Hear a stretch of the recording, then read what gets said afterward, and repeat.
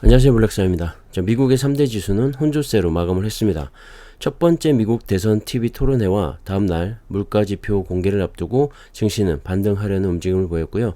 다우지수는 0.23% 하락을 했고 S&P 500 지수는 0.45% 상승, 기술주 중심의 나스닥 지수도 0.84% 상승하면서 이틀 연속 상승에 성공을 했습니다. 시장은 이번 주 11일부터 발표되는 물가 지표를 기다리고 있는데요. 다음 주 FOMC 회의 전에 발표되는 마지막 물가 지표이다 보니 모두들 주목하고 있는 모습이고요.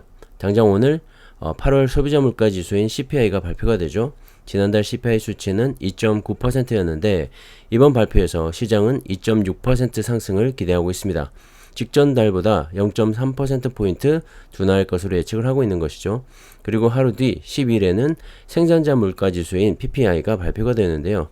CPI가 좀 더 중요하겠죠. 시장의 예상을 크게 벗어나지만 않는다면 다음 주에 열릴 FOMC 회의에서 연준의 금리 인하는 확실시 되어 보입니다. 패드워치에 따르면 현재 연준이 25bp 인하 가능성을 66%로 보고 있고 50bp 인하의 빅컷 가능성을 34%로 보고 있는데요. 전날 70%와 30%보다 이 빅컷 가능성이 조금 더 올랐죠. 4% 정도 올랐는데요. 그렇기 때문에 이번에 발표되는 CPI 지수가 정말 중요할 것 같습니다. CPI 지수가 예상보다 더 크게 하락하게 된다면 이 경기 침체에 대한 우려감이 다시 한번 시장을 공포로 몰아넣을 수도 있기 때문이고요. 그렇게 된다면 연준은 빅컷에 대한 압박을 더 크게 받게 될 겁니다. 연착륙보다 이 경착륙에 대한 걱정이 이 시장을 힘들게 할 거고요. 증시의 변동성은 더욱더 커지게 됩니다. 오늘 발표될 CPI 지수에 주목해 봐야 할 것 같습니다.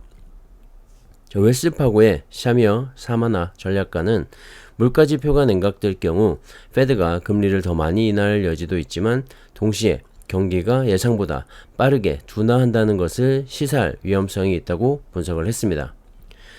종목별로는 기술주가 대체로 상승을 했는데요. 엔비디아는 1.53% 상승했고 마이크로소프트도 2.09% 뛰었고 알파벳도 0.31% 상승을 했습니다. 브로드컴과 AMD 등 반도체 및 AI 관련주들도 강세를 보였고요. 오라클은 예상을 뛰어넘는 실적과 개선된 실적 전망치를 내놓으면서 11.44%까지 급등을 했습니다.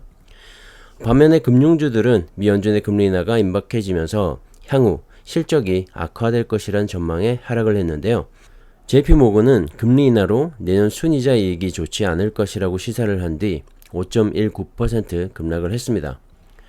골드만삭스 역시 카드 사업과 대출 포트폴리오를 매각함에 따라 3분기 세전 손실이 4억 달러에 달할 것이라고 밝히면서 4.39%나 떨어지는 등 이 금리 인하를 앞두고 금융주들의 실적 악화가 예상이 되면서 당분간은 조정이 예상됩니다. 유가 폭락에 엑손모빌과 세브론 등 정유주들도 하락했는데요. 국제유가는 오펙이 올해와 내년 원유 수요 전망치를 하향 조정하면서 하락을 했습니다. WTI는 4.31% 내린 배럴당 65.75달러, 브렌트유는 3.69% 밀린 69.19달러에 마감을 했습니다. 특히 브렌트유는 2021년 12월 이후 2년 9개월 만에 최저 수준까지 떨어졌다고 합니다.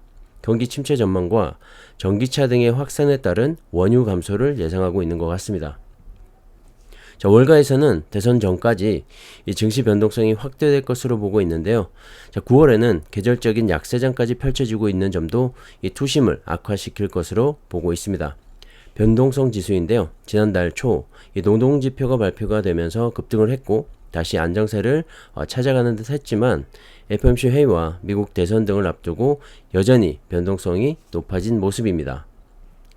UBS의 레베카 정은 향후 들어올 이 경제 지표에 약간의 실망만 있더라도 큰 역풍을 초래할 수 있다면서 S&P 500 지수가 한 달 내 최고점에서 최소 10%가량 하락할 것으로 예상을 했습니다. 뱅크 오브 아메리카의 권호성 전략가는